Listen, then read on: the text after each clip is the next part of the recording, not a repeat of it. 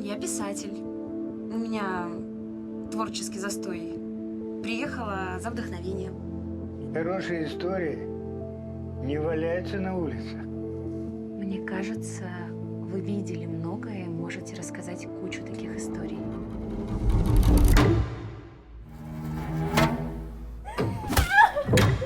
Yiğidim Mutlu Bulası.